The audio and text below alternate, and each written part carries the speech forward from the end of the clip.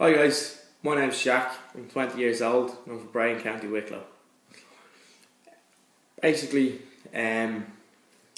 last year, which was about 6 months ago, I was diagnosed with type 1 diabetes, and when I went home that night after being diagnosed, I started looking up on the internet, like stuff about it, and I was found loads of kind of medical websites and stuff about it, but I couldn't find anyone to relate to. So I went onto YouTube, and still I couldn't find anyone that really caught my eye and really I could sit down and watch and understand. And basically all I was looking for was reassurances. Now I got that off the hospital and things like that, but I just wanted to see someone my own age, someone with diabetes, someone who was going through, or who had gone through what I was going through at that moment in time. And basically that's why I'm just making this video. So basically, in October last year, mid-October, I went to my GP and got a blood test. And from the results of that, I was referred to my local A&E, where I was admitted, and I got further blood tests done. The reason I went to my GP was because I was, feeling quite tired,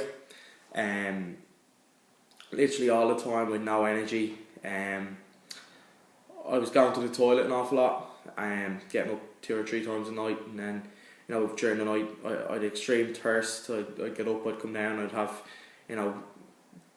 2 or 3 pint glass of water, then bring a full 2 litre bottle of water up with me to bed, and a glass, and go through about half of that. So it was kind of, I knew something was wrong, and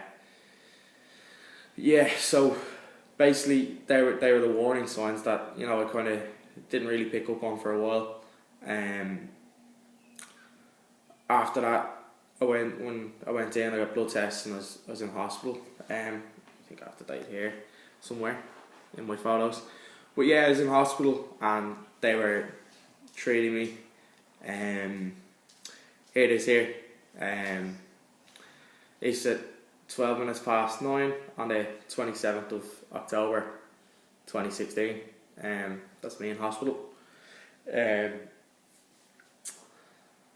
basically was there until kind of 11, 12 o'clock. Obviously tests were being done on the blood samples and urine samples I had to give. And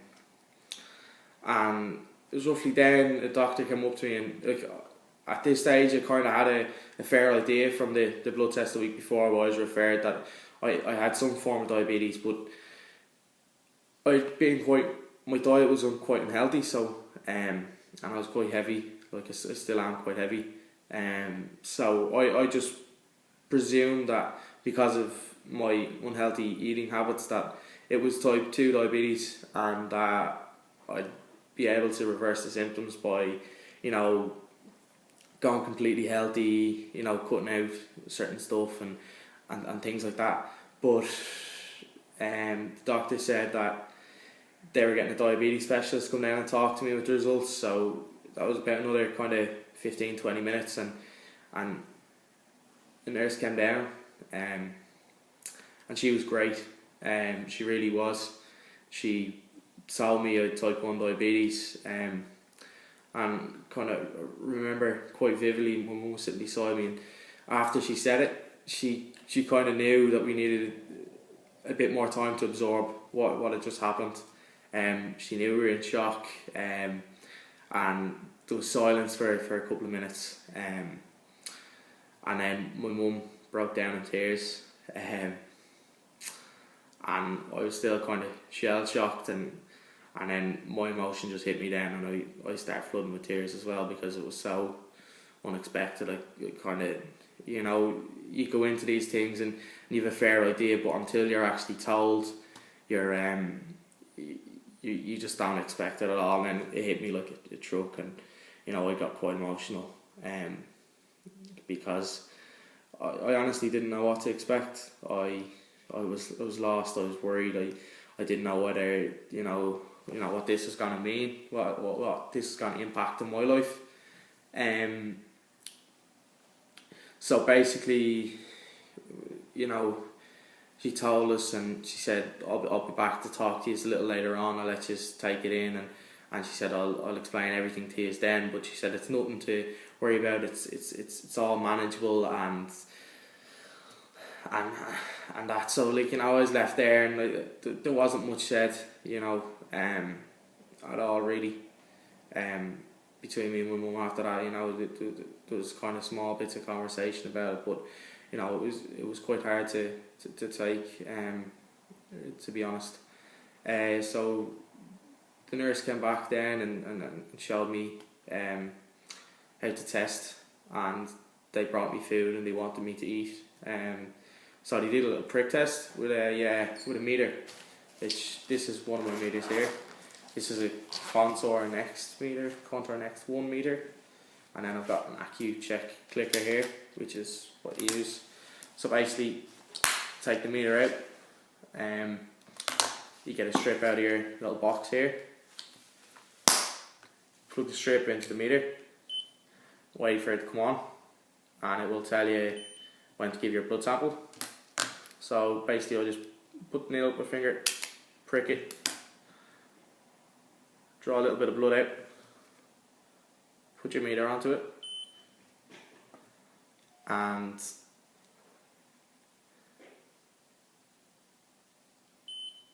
there we go, I got my reading. So my reading now is 5.4, so that's a little bit low.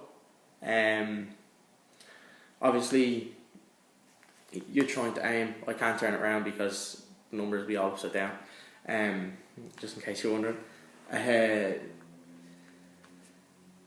Yeah, so that's because I had my breakfast this morning and I haven't had lunch yet.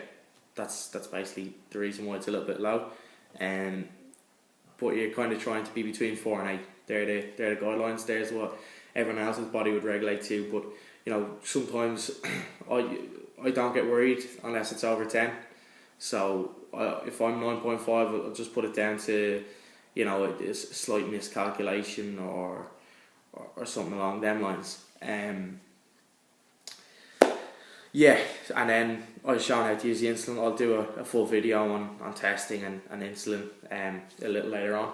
This is basically just to show you. So basically I had food with that, and I was sent home for an hour or two. I was to go back in.